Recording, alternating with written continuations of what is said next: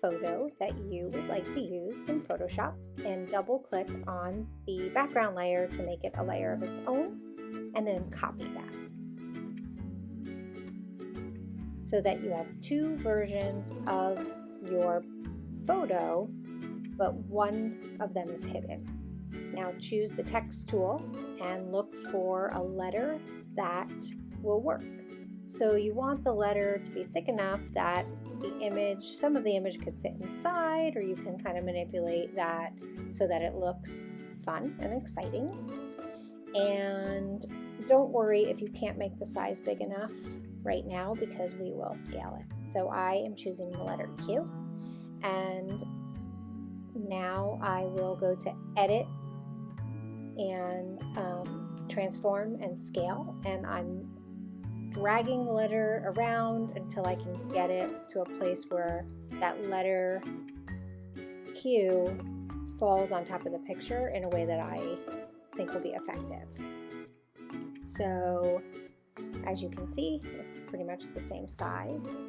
And now on the letter, choose Select Pixels, and then drag the image on top so that, and you can see here I kind of made a mistake, so I have to go back. I have to drag the letter in between the two images, and then click on the letter and put the pixels, select pixels, and click on the top image and mask it.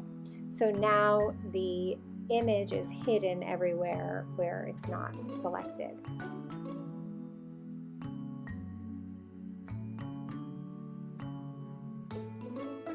And as you can see, I'm kind of like moving the layers around to try to figure out the best way to do this. And it's kind of, I think it was kind of interesting to watch people figure stuff out, so I left it in the video. All right, so now what I did was I lowered the opacity on the top layer, and I am selecting the flower because that's the piece that I want to remain on top. So like right now, wherever the Q is, it's faded away because it's not showing. So in real time, I'm using the Quick Select tool, and then with the Quick Select tool, you can go back and forth to add and take away the selection, and that's at the top of the screen on the left. And so right now I chose the tool to take away areas that are selected, and this tool works really well to help to select things that you know, when you want to remove a background or something like this where I want that flower to be the main feature. So I'm still working here to get it selected.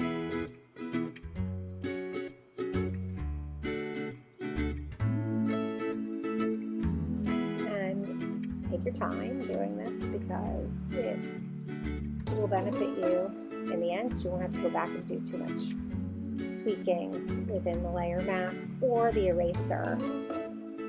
So later on, when you need to kind of refine the edges, you can use the layer mask tool where you're painting with black and white to add and remove the mask, or you can use the eraser. It depends if you want to preserve the image. And so now I masked that. This is where I realized that I need to put the letter in between.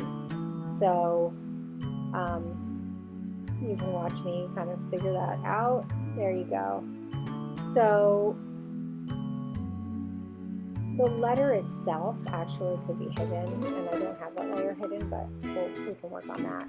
And so now I have this flower selected by itself. So what I did was I selected the whole thing and then I masked it. So I clicked the mask tool at the very bottom of the layers palette. And now I'm using Edit Transform to spin it and kind of create an interesting design. Another thing to do would be to resize it. And so this is slightly different than the one that I show in class, the technique, but there are so many different ways to do this that would be interesting that you don't have to feel like you have to stick to one way. Whatever works. to make a cool design. So right now I have both layers selected and I'm resizing it on the page. And I still think I need to resize that flower a little more so you can see parts of the queue.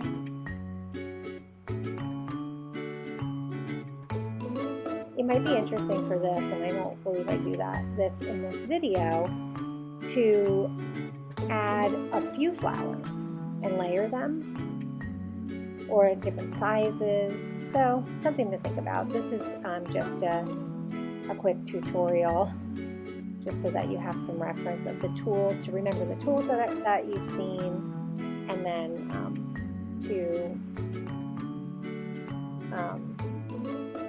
to be able to see the process a little bit more.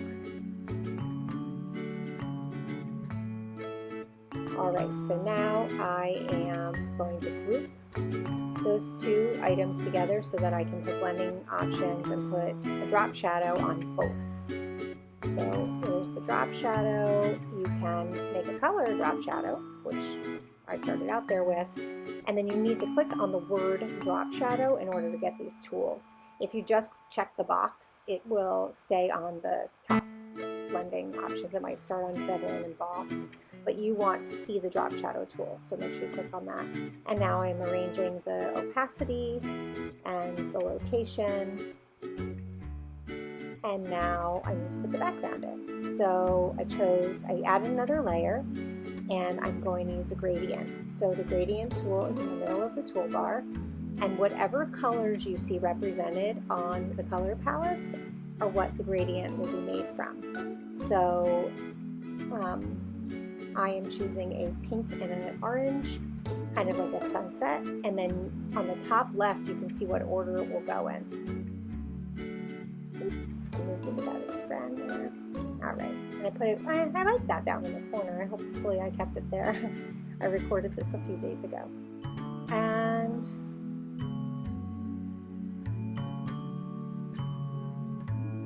go back to my grouping. I think what I'm doing now is I'm going to put a stroke around it to see how that looks. So I check the box for stroke, but then I have to click on the word stroke to get the tools for it. And then to set the color, if you click in that box, you actually can hover over the picture and pull color from the image, which is kind of nice too. And now I'm playing around with the settings between whether the outline stroke is on the inside, outside, or center of the item. And there you have it. So then we're going to do save as, and you should save this as a Photoshop file first, so that you keep your layers, and then save it as a JPEG so that it flattens your layers. And thank you for watching. I hope you enjoyed this tutorial.